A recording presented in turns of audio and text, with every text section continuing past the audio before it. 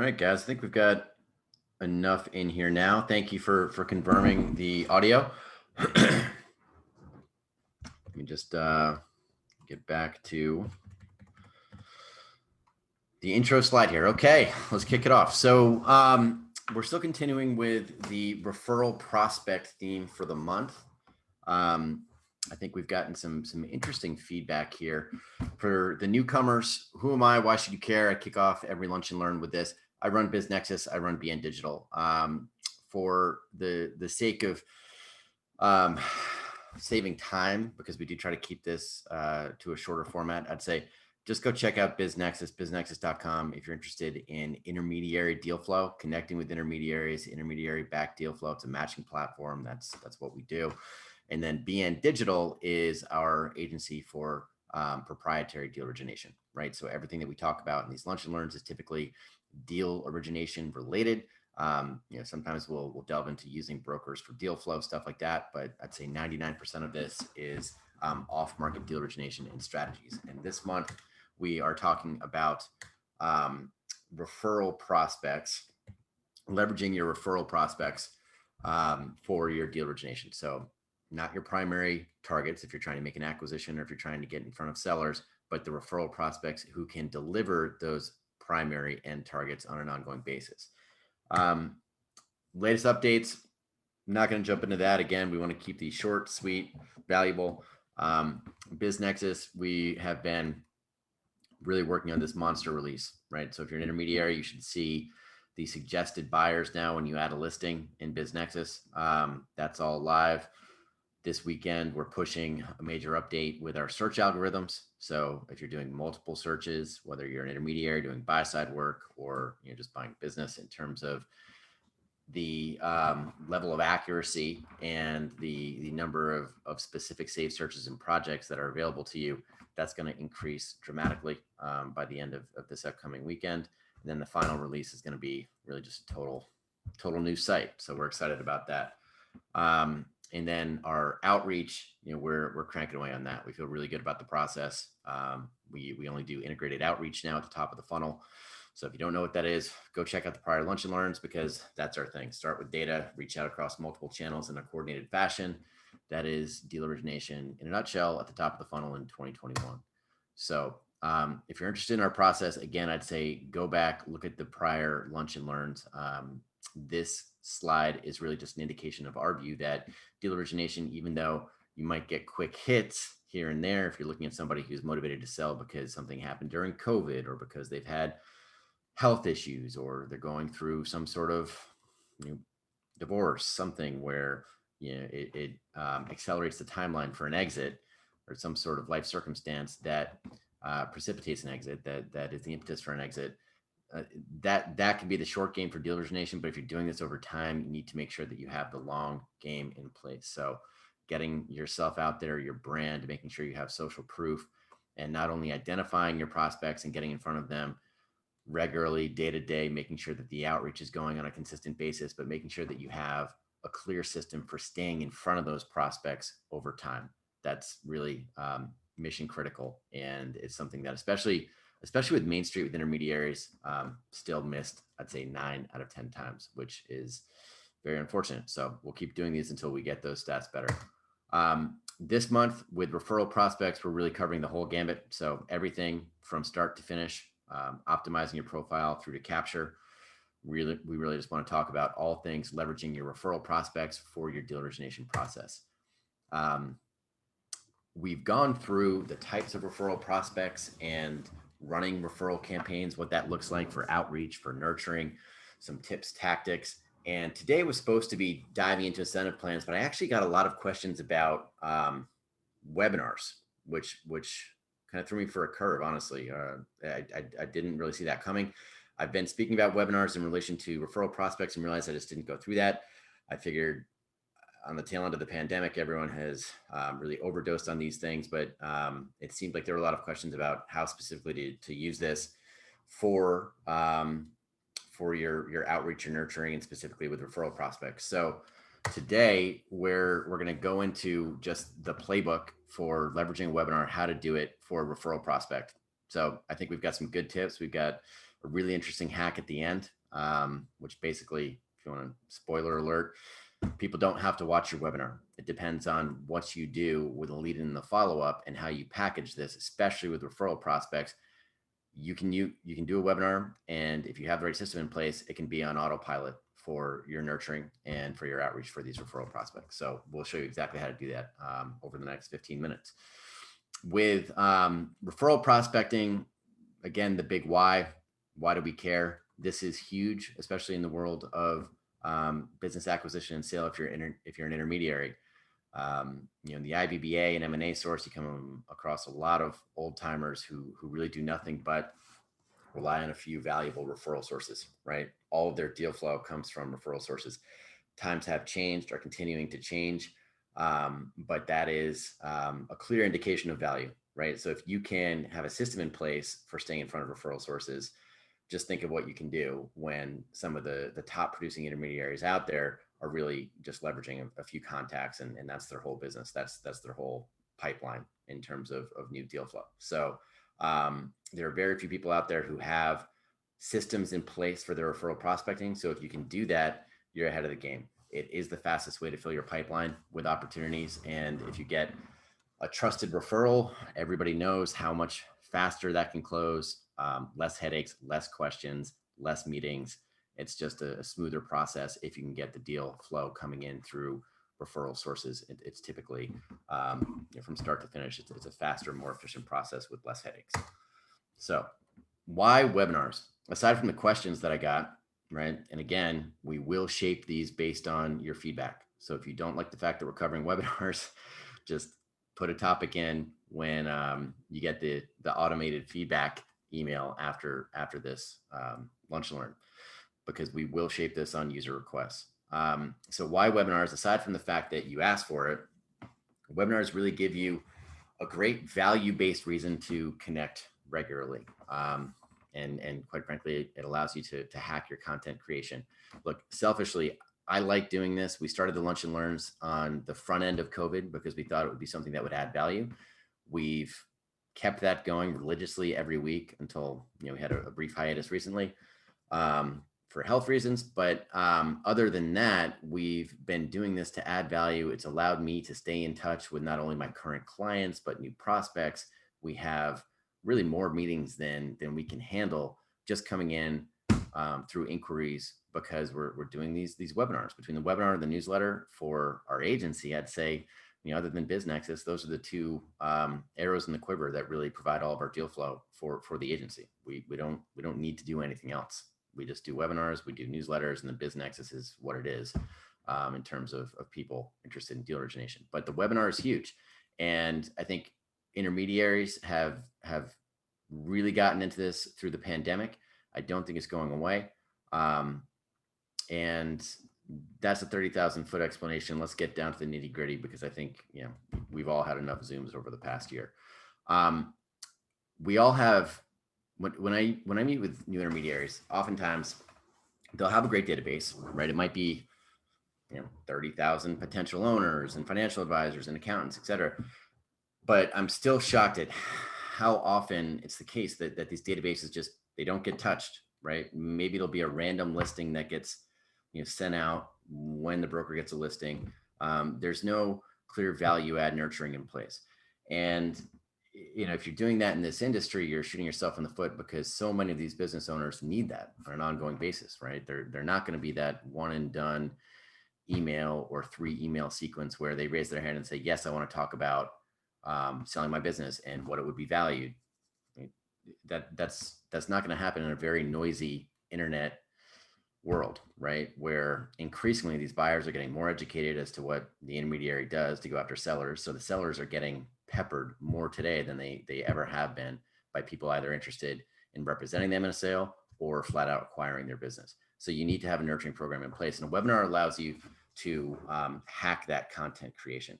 So starting with the referral sources, because the theme this month is referral sources. If you want to leverage a webinar for your referral source, first things first, you really just want to let them know how you collaborate. So if you're going after a financial advisor, for example, you need to go after them and say, this is what I do. This is how I collaborate with financial advisors. And that itself could be a quick video or 15-minute Zoom webinar that you've done with a financial advisor who you know. Just direct them to that, and you let them know how you add value to their practice as a financial advisor. And then you just enroll them in your webinars that are targeted towards your shared target prospect, towards the business owner, right? So if I know John Doe financial advisor really well, maybe I hop in a 15-minute Zoom with John Doe and we just talk about how I work with financial advisors. And then I can do an email sequence targeting other financial advisors, kicking them over to that YouTube video with a short summary of how I work with financial advisors. And then I just enroll them in my future webinars that are actually geared towards business owners. And that allows your referral prospects to see you in action on an ongoing basis, talking about or talking to your shared target prospect. And you can even get them on as guests if you don't have any content. You want to just chat with a financial advisor, about selling their business and rolling that over into the stock market, what that looks like. It's just a great way to hack this content process. And even if you're including the financial advisors on a webinar list that's geared towards their business owners, if they're seeing that regularly, once a month, once a quarter, it's reminding them, hey, this person is working with my shared prospect. I should keep them top of mind. I should reach out. So it's a great way just to hack that entire nurturing process. That's really all you have to do to stay top of mind with your referral prospects. So what would that look like? So going back to the John Doe business financial advisor analogy, if you do a video with John Doe, or if you just have a one pager or a web page about how you collaborate with the financial advisors, put together an email sequence, right? And then target those financial advisors, letting them know, hey, this is me. I'm a business broker. I'm an intermediary. I routinely work with financial advisors to help your clients get prepared for an exit if they own a business, right? This offers you liquidity for your client. We can put together a plan for your client to sell their business and then roll that over into a portfolio that we can coordinate that process. You can just have a quick web page that summarizes what you do with financial advisors. You can do the video that I referenced, the John Doe example, or you can have a PDF document just detailing what you do, and potentially what your incentive plan is for that referral prospect. Then you just do an email sequence. That's it. Just target financial advisors, let them know who you are, what you do, and then enroll those people into your future webinars, your nurture sequence for business owners. That's really it. If you do that for lawyers, you do that for accountants, if you do that for financial advisors, then you don't only have the outreach saying, this is me, this is who I am, this is what I do, and how I collaborate with financial advisors. You're rolling them into that ongoing nurturing program so that at least once a month, you have an opportunity to have multiple touches, right? You should always have that referral CTA in any of your messaging for a webinar, whether it's directed at referral prospects and business owners. You want to have a line something along the lines of, know somebody who's looking to sell their business. We offer generous referral fees. Let's get in touch, with a link to your calendar. Something like that should always be in your newsletter, should be in your webinar messaging, the lead in, the follow-up. You should always have that somewhere in your email signature or in the message or in your newsletter. So webinar 101, how often do you need to do these things? It doesn't matter that much, right? The more you can do, the better if it's valuable. But if you can aim for once a month or once a quarter, and this again could be just a Zoom conversation that's mapped out with two intelligent people talking about a niche topic that's of interest to your end target prospect. That's really all it takes. And then maybe you have a VA to clean it up a bit, but that's really it. If you do that, you have the chat, you take a 15-minute video, you can upload that on YouTube, you can put it on your social profile. So if you're in LinkedIn, you put that in your featured profile, preferably on a landing page. We can get into that on another lunch and learn. And then pop it up on your website. You can have a VA for $10 an hour do all of this for you, right? That should be very easy in this day and age. If you have any question about that, just reach out to me directly. We can help get you set up outside of our operation. We aren't making any profit off of VAs, but we can certainly help place you with one. With the ongoing nurturing, it allows you to invite your nurture list into a new webinar each month. So each month you're touching your prospect multiple times. You're doing the lead-in email, the invitation. You are asking them if they have any questions that they would like to ask during the Q&A so that you can prepare. Then you're following up, asking if you answered their questions and if you have any feedback, and ask for the meeting if it was relevant. Like let's get a confidential consultation. Let's get a one-on-one. I'd love to touch base and talk to you about your exit strategy.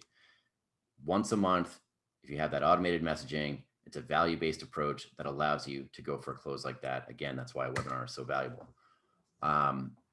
So at the top of the funnel, to recap there, just having the webinar and putting it out in your social posting, on YouTube, right, on your LinkedIn page, under the featured section, in your blog post, whatever you're doing with it, that's outreach, right? So it provides outreach. It provides inbound marketing. If your VA is doing keywords, everything that you need to do, it'll allow you to get found by your target prospects as they're searching for businesses for sale in your area, et cetera. But most importantly here, it really helps establish you as a qualified authority, and it helps you with automating your nurturing, right? So the monthly approach, adding value on an ongoing basis, and allowing you to have that very natural meeting hook, right? For the confidential consultation. If you're doing a webinar targeting sellers, right, then if you're focusing on a niche topic like tax implications of selling your business, and you have a hook saying, if you enjoyed this, let's get a confidential chat. Let's have an intro chat with a link out to your Calendly.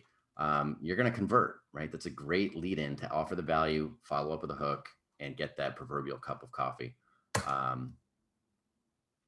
So sample webinar, what could it look like, right? So maybe a sample title is tax tips for selling your business and investing the proceeds in the stock market, right?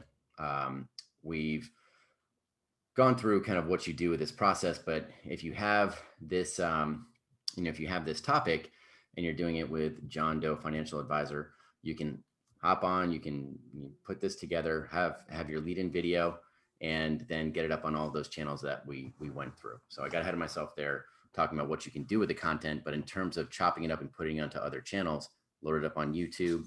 You can add the YouTube URL directly to your LinkedIn featured section, or you can put that YouTube URL on a landing page and have a clear CTA with your calendar prompting the meeting.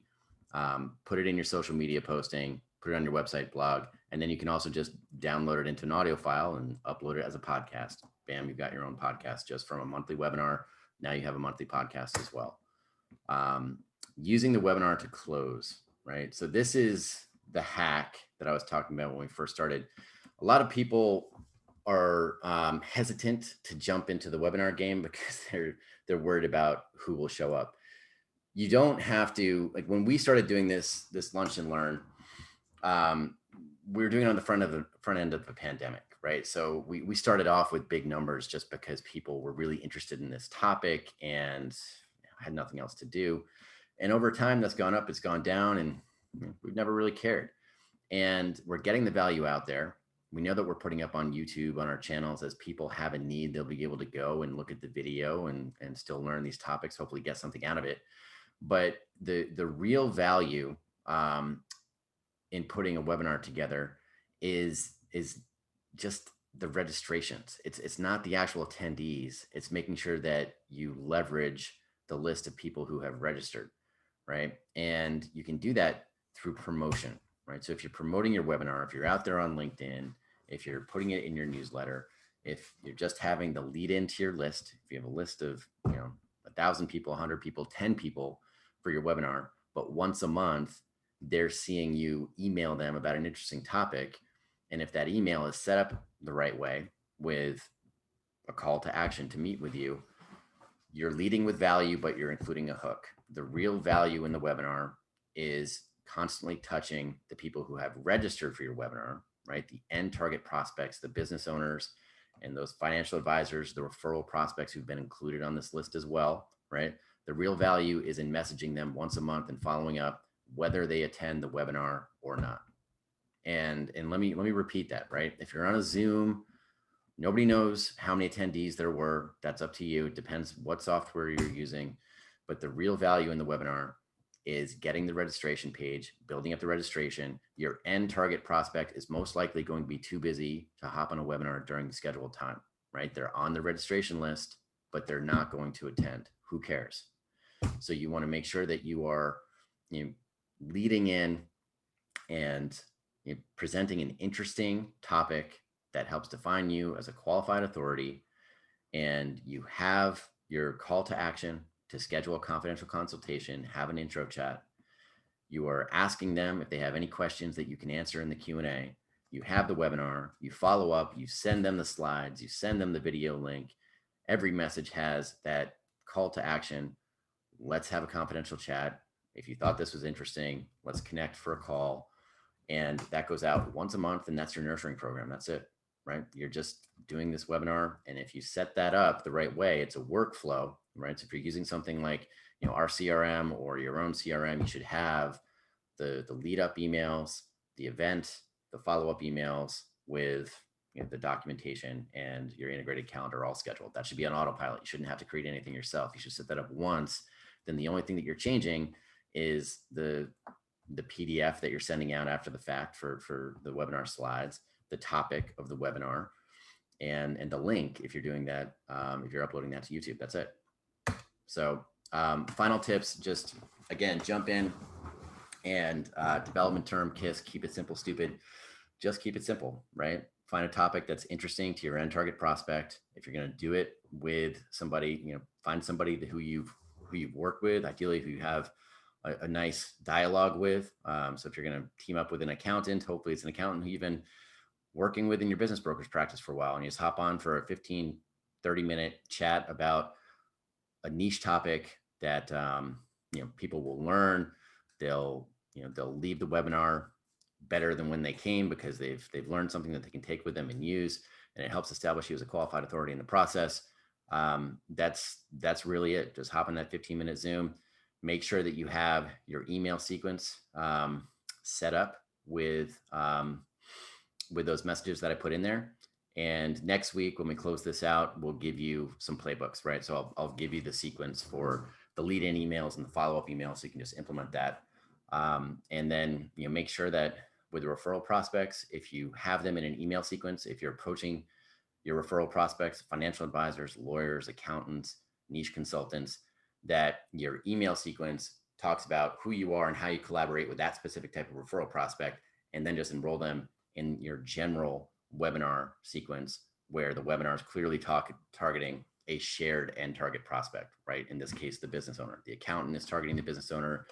You as a business broker are targeting the business owner. So it's relevant. They see you on a monthly basis working with their shared prospect. It reminds them, hey, this is somebody who I should stay in touch with.